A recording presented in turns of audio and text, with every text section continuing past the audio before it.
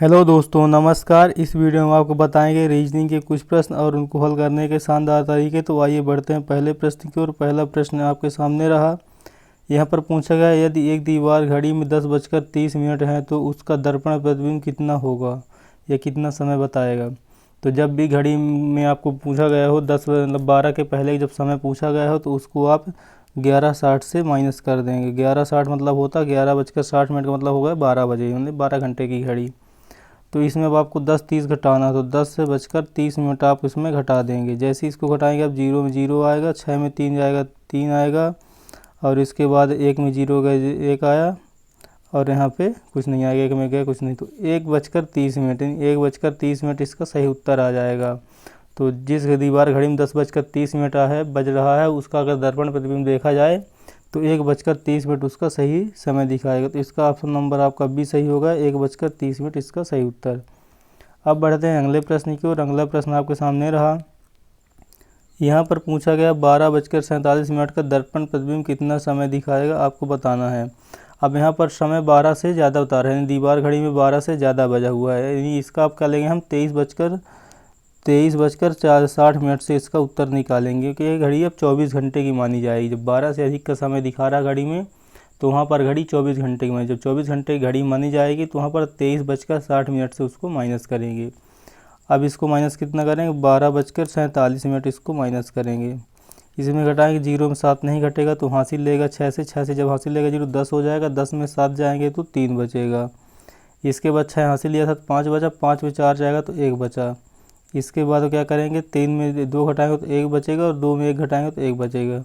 तो यहाँ पर 11:13 इस प्रश्न का आपका सही उत्तर होगा। तो यहाँ पर ऑप्शन नंबर आपका सी 11:13 इस प्रश्न का सही उत्तर हो गया।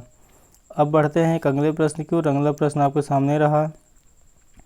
यहाँ पर दिया हुआ है पी, फिर 2 डैश है, एस पी क्यू आर है, फिर डैश है, फिर पी क्यू आर एस है, फिर डैश है, फिर क्यू आर, फिर डैश है। इसमें आपको भरना है क्या इसके जो ऑप्शन चारों ऑप्शन है किस ऑप्शन को वहाँ पर उठा कर रखेंगे ताकि सीक्वेंस सेम हो जाए। इसके लिए सबसे पहले हम क्या करें, इनका पहले हम क्रम देख के नंबर देखें कितने नंबर में हैं। 1 2 3 4 5 6 7 8 9 10 11 12 13 14 15 16 नंबर में है यानी ये। तो 16 नंबर का मतलब है कि अब हमको इसमें 4 के डिवाइड करने पड़ेगी। जब हम 4 से इसको डिवाइड करेंगे तो 4 से डिवाइड करने के बाद किस तरह आएगा, यहाँ से एस के बाद डिवाइड होगा, यहाँ पर डैश के बाद डिवाइड होगा, यहाँ पर एस के बाद डिवाइड होगा, ऐसे करके इसका डिवाइड होता जाएगा। डिवाइड होने के बाद हम मतलब इसको ऐसे लिख लेते चलिए, यहाँ पर पी है, फिर पी के बाद डैश है, 2 डैश है, फिर एस है, फिर डिवाइड आएगा, फिर पी है, क्यू है, फिर आर है, फिर एक डैश है, फिर डिवाइड आएगा, फिर पी क्यू आर एस है यहाँ पर, फिर डिवाइड आएगा, इसके बाद डैश है, क्यू है, आर है, फिर डैश है। तो आप देख रहे हैं यहाँ पे तीसरे कॉलम में, जो तीसरा कॉलम यहाँ पर है तो पी क्यू आर एस की श्रेणी बन रही है। तो पी क्यू आर एस श्रेणी बन रही है तो इसमें सब में रख दीजिए। तो यहाँ पे पी के बाद क्यू रखेंगे, आर रखेंगे, फिर एस है, फिर पी क्यू आर है, फिर यहाँ एस रखेंगे। इसके बाद शुरू में यहाँ पर पी रखेंगे, क्यू आर, फिर यहाँ पर एस रखेंगे। यानी हम क्या क्या रख रहे हैं यहाँ पे, पहले में क्यू रखे, फिर आर रखे, दूसरे में एस रखे, तीसरे में कुछ नहीं रखना, चौथे में रखना है यहाँ पर पी और एस है। तो यहाँ क्यू आर कहाँ से शुरू हो रहा है, क्यू आर आप देख रहे हैं ऑप्शन नंबर बी में है, क्यू आर से शुरू हो रहा है। तो यहाँ पे आर ऑप्शन नंबर बी है, Q R S P S, इसी में सही ऑप्शन आपको दिख रहा है। तो इस तरीके से आप पहले इसको पूरा काउंट करेंगे, काउंट करने कितने नंबर पे इसको है उसके डिवाइड करेंगे। जैसे 15 है तो 3 पार्ट कर देंगे, 16 है तो 4 के भाग पार्ट कर देंगे, अगर 9 है तो 3 के 12 है तो 4 है 3 किसी में पार्ट को आप डिवाइड करके देख पाएंगे इसमें। अब बढ़ते हैं इसको अगले प्रश्न की ओर। अगला प्रश्न आपके सामने रहा। यहाँ पर लिखा हुआ निम्न में से विषम को पहचानना है आपको। निम्नलिखित में से विषम को पहचानने की विषम इसमें कौन सा है। तो आप यहाँ पर देख रहे हैं, अगर स्वर वावेल की बात की जाए 2 वावेल हैं और 2 कॉन्सोनेंट हैं, 2 व्यंजन है ऊपर के, 2 कॉन्सोनेंट है, एम और डब्ल्यू कॉन्सोनेंट है व्यंजन है, और जबकि ई और ओ वावेल हैं स्वर हैं। तो इसमें वावेल और कॉन्सोनेंट के हिसाब से इसमें को नहीं डिवाइड किया जा पा रहा है। इसका और कोई दूसरा तरीका देखिए, इसकी प्लेस वैल्यू होती है, एम की प्लेस वैल्यू होती है 14, डब्ल्यू की होती है 23, ई की होती है 5 और ओ की होती है 15।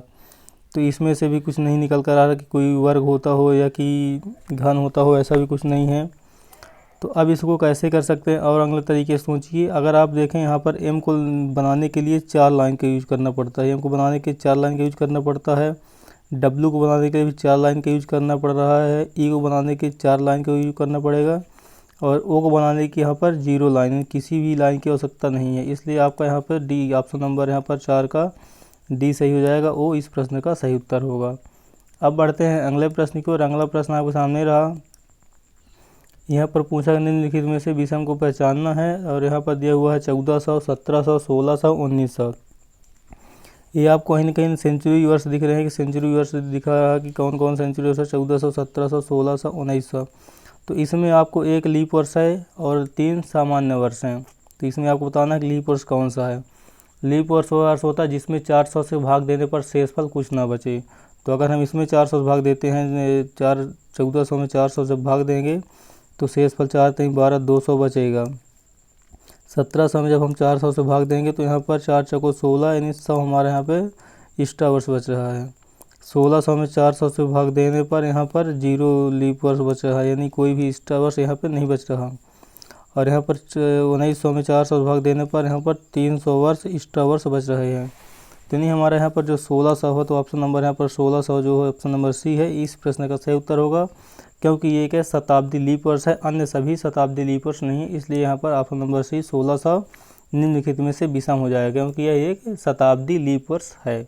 शताब्दी लीप वर्ष चेक करने के लिए हमेशा 400 से भाग देते हैं, और अगर लीप वर्ष चेक करना होगा आपको तो उसमें मात्र 4 से भाग देंगे, 4 से। तो दोस्तों हमारे वीडियो का अंतिम प्रश्न था, आपको वीडियो कैसा लगा और वीडियो प्रश्नों को हल करने का तरीका था वो आपको कैसा लगा, आप हमें कमेंट्स में जरूर बताइए। अगर वीडियो आपको अच्छा लगा हो तो वीडियो एक लाइक अवश्य कीजिए। अब मिलेंगे दोस्तों नेक्स्ट वीडियो में, तब तक के लिए दोस्तों जय हिंद जय भारत।